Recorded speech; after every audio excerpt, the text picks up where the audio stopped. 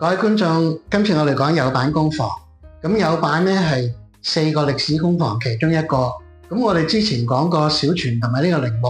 咁今次咧就講有板。咁有板同佢哋唔同咧，就係咧有板已經關咗店。咁關咗店咧，變咗佢嘅資料咧好多時比較轉折一啲。咁我哋唔係咁容易咧搞得清楚。咁有板工房自己本身都係好複雜嘅。咁點解咧？佢有28代。咁28代，我哋好難咧將佢同嗰啲作品咧一一對應嘢啦。咁而且佢個名都亂嘅喎。咁淨係有板富右衛門都有5個，咁都搞到我哋都幾亂下嘅。咁我呢度呢一堆有板咧，佢總共有5個唔同嘅印章。咁我就盡我自己嘅能力咧，係幫大家解釋一下啦。咁我首先咧係由前面呢4個開始講起，大家望到咧。呢4個壺咧都係舊時嘅款嚟嘅，即係依家戰後工房唔做呢啲款嘅，例如好似個木頭咁樣嘅，例如好似個包袱咁樣嘅，佢唔做嘅。嗱，咁我哋睇呢個究竟係咩年份咧？嗱，呢4個工房咧都係有板做，長方形。咁呢個有板做咧，我哋發現佢係明治38年。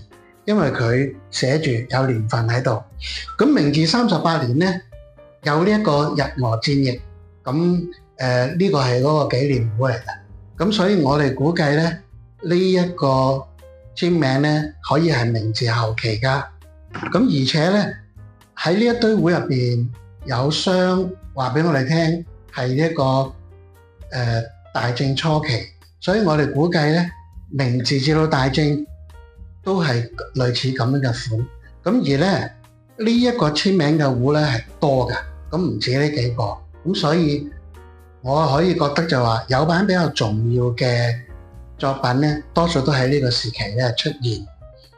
咁有一個簽名咧更加早喎，咁呢個都係有板做，咁呢個有板個板字咧係斧頭邊，正話嗰個板字咧係土字邊，咁呢一個有板做咧係有圓形嘅，正話嗰個咧係方角。咁淨係睇壺，你見到呢個都比呢啲係舊嘅。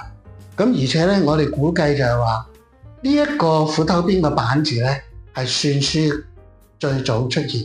咁如果你查篆書咧係冇土字邊嗰一個板字嘅，咁我哋估計咧呢個都係早啲啦。再加上就係話，自從改咗呢一個土字邊嘅板之後咧，其他以後佢都係用土字邊嗰個板，所以我覺得呢個係舊。咁啊，我手頭上呢2個斧頭邊嘅板咧，都係比呢幾個舊嘅一眼係睇得出嘅。咁你可以想象咧，如果你有一個斧頭邊嗰個板，佢係甩皮甩骨嘅話咧，你唔好介意，因為佢的確係舊。舊到幾時咧？好有可能咧係呢一個江戶時期㗎啦。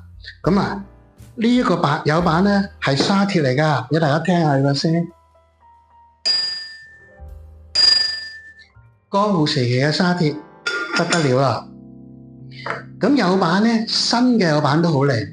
最新嘅有板咧係70年代第28代有板咧就係執笠啦。咁呢一個有箱嘅咧係第27代有板。咁佢係60年代66年左右嘅作品，咁我哋可以想象嘅係話，最新嘅有板都係咁樣，佢個皮殼都好老化。咁如果60年代到依家就都有50-60年啦，咁所以咧最新嘅有板咧都可以好舊。咁你望落去嗰個漆嘅老化咧係最靚嘅鐵壺嘅表現嚟嘅。咁其他嘅有板製、有板造枝或者係淨係有板2個字嘅，我唔能夠詳細介紹啦。我只係俾大家睇下咧，呢個有年份昭和初年，有板2個字。咁雖然一個好簡單嘅線條，但係佢個線條再配合嗰個漆嘅老化咧，呢個藝術味道咧真係不得了。咁有板咧，對於呢個南部鐵壺嗰個貢獻亦都係好大㗎。譬如咧，壺入邊嗰一層灰色嘅膜，據講咧係第21代有板發明嘅。第22代有板咧，嗰個功勞仲大，因為初代學齋、二代學齋都係佢嘅徒弟。平本均太郎、前田之行，再加埋呢一個主善堂，有好多出色嘅作者咧，同佢都有關係，都係受佢影響。所以有版係一個我哋唔可以忽視嘅功課。